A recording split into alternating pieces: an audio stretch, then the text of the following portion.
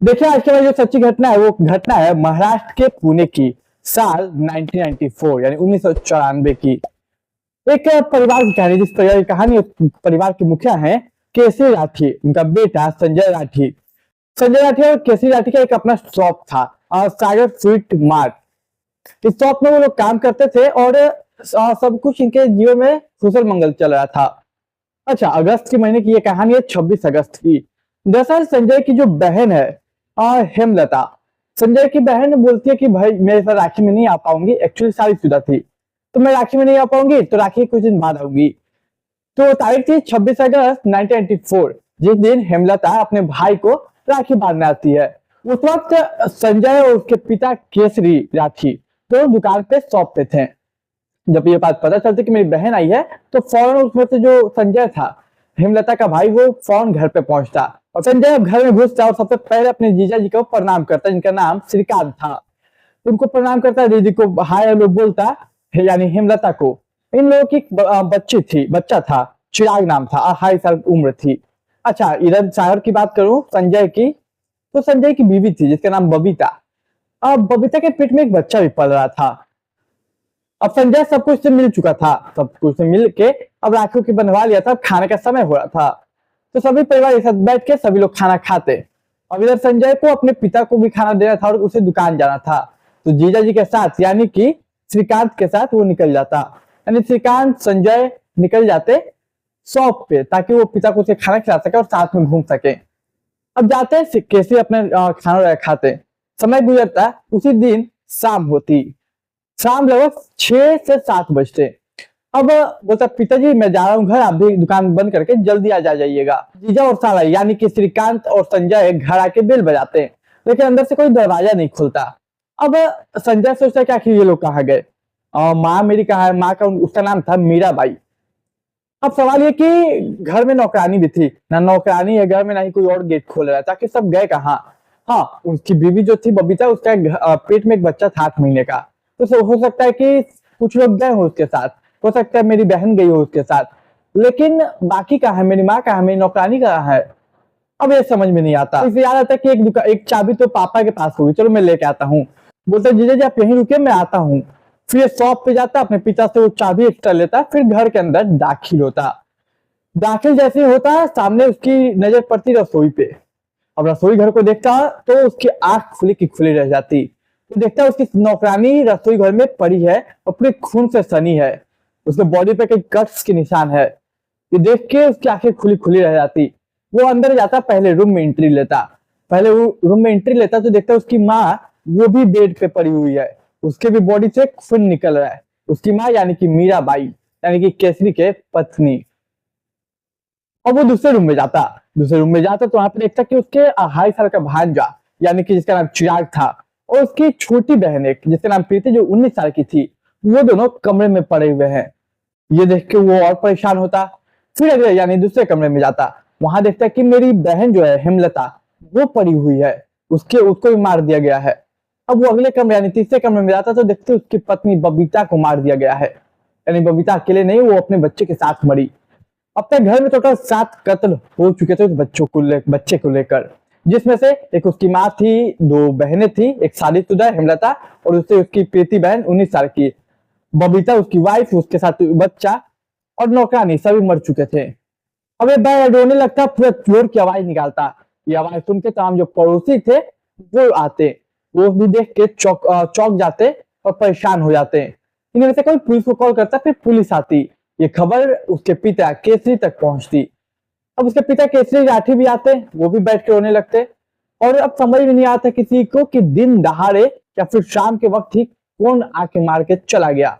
दरअसल वो जहां रहते थे वो जगह था स्टीला बिहार कॉलोनी, अपार्टमेंट में वो लोग रहते थे, 2nd फ्लोर पे, और रूम नंबर उसका शायद 6 था। अब समझ में नहीं आता कि आखिर मारा किसने, 7 लोगों को एक साथ इतना बुरी तरीके से कत्ल कौन कर सकता है।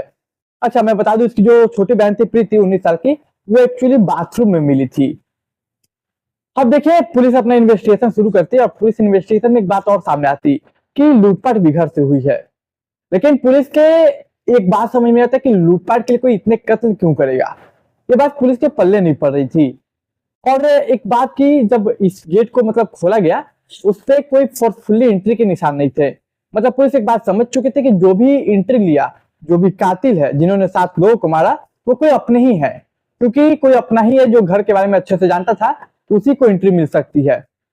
अब जब ये सवाल संजय से पूछा गया कि बताइए आपके परिवार में कौन है जो, या परिवार या पड़ोसी में कौन है जो बिना इजाजत के और वो घर में दाखिला ले सकते, या इजाजत से भी और घर में दाखिला ले सकते, इस पे कोई डाउट ना करे। जब पुलिस अच्छे से सब लोगों को टटोलती, कोई सबूत नहीं मिलता, सुराग नहीं मिलता, तो संजय एक नाम लेता कि सर एक लड़का है राजू, वो शायद कभी भी आ सकता है और कभी भी मेरे घर जा सकता है। अब पुलिस राजू के बारे में डिटेल निकालते पता चलता है कि राजू एक लड़का है जो कि राजस्थान के गांव से आता है। उसे राजस्थान के गांव से आया था और इनके सागर स्वीट शॉप पे कुछ महीने काम किए थे, लेकिन कुछ महीने बाद वो छोड़ के चला गया, क्योंकि उसकी सैलरी लगभग 600 या 6000 थी, अब मुझे याद नहीं। तो उस सैलरी से वो संतुष्ट नहीं था और इसकी इसी वजह से वो दुकान पे काम करना छोड़ के चला गया। और उसका काम था जब पहले, तो उस वक्त वो दिन में हमारे घर आया करता था और खाना पापा तक पहुंचाया करता था। जब ये बात पुलिस को पता चली तो पुलिस फौरन राजू के तलाश में निकल गई। जब राजू की तलाश में निकली जहां राजू रहता था, वहां पे राजू मिला नहीं। जब पुलिस उसके दोस्तों को खंगाली तो पता चला कि 2 दोस्त और हैं ना, एक का नाम नारायण और एक का नाम जितेंद्र। दोनों भी गायब है। मतलब 3 लोग गायब थे, राजू, नारायण, राम और जितेंद्र। अब इन तीनों की पुलिस खोजबीन शुरू करती है बड़े जोर शोर से, क्योंकि एक घर में जब 7 मर्डर हो गए, वो भी रात कुछ घंटों के अंदर, तो पूरा पुणे हिल चुका था। जब पुणे हिल चुका, समय गुजरता है, पुलिस अपनी तहकीकात जारी रखती है। 14 अक्टूबर साल 1994 वो तारीख थी जब राजू खुद आके पुलिस स्टेशन में सरेंडर करता है और कहता है साहब मुझे मत मारिए, मुझे मत पीटिए, मैं बताता हूँ क्या हुआ, कैसे हुआ और क्यों हुआ। मैं गवाह बनूंगा, मैं सभी चीज करूंगा, कृपया मुझे मत मारिए। तो वो बोलते ठीक है, तुम बताओगे तो हम तुम्हें सरकारी गवाह बना देंगे, जिससे तुम्हारी कोई सजा कम हो जाएगी। और इसके बाद ये कहानी की शुरुआत कहाँ हुई, क्यों हुई और कैसे हुई, ये बात राजू बताता अपने जुबानी। तो कहानी की शुरुआत कुछ ऐसी है कि जब राजू ने जॉब छोड़ा, तो क्योंकि वो सर्टिफाइड नहीं था उस सैलरी से, वो बेरोजगार हो गया। इसके साथ उसके जो दोस्त थे, नारायण, राम और जितेंद्र, और नारायण राम उर्फ चेतन राम भी, तो ये लोग भी बेरोजगार हुए। वो लोग भी अपनी जॉब छोड़ चुके थे, तो वो लोग भी बेरोजगार हो गए। वो रोजगार की तलाश में निकले। वो लोग लगातार जॉब खोज रहे थे, लेकिन अफसोस कि कहीं जॉब उन्हें मिल नहीं रहा था। इसी बार ये लोग प्लान बनाते हैं, चलो या कहीं एक सेठ के घर में, किसी के सेठ के घर में चोरी किया जाए, डकैती डाला जाए। तो फिर इसी बातचीत में राजू ने कहा किसी और के क्यों, मेरे ही सेठ के घर में डाका डालते हैं, वहां पे मैं आ जा सकता हूँ, तमाम चीजें। ये लोग बोलते ठीक है। अब देखिए, इन्हें एक चाकू चाहिए था डराने धमकाने के लिए, लेकिन इनके पास कुछ पैसे थे ही नहीं। लेकिन जितेंद्र के पास एक चांदी या कुछ था जिसको वो बेच देता, तो उसकी कुल कीमत 90 रुपए मिलती। अब इस 90 रुपए में से 55 रुपए के चाकू खरीदता। फिर ये लोग 26 अगस्त की तारीख चूज करते, किस दिन अंजाम देंगे।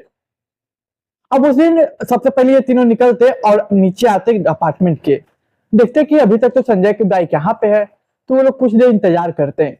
जब 2 बजे के बाद संजय अपने जीजा जी यानी कि श्रीकांत के साथ चले जाते, तब जाकर ये लोग उस घर में एंट्री लेते हैं। हालांकि नौकरानी ने पहले भी राजू को देख रखा था, पहचानती थी, घर में आने जाना था।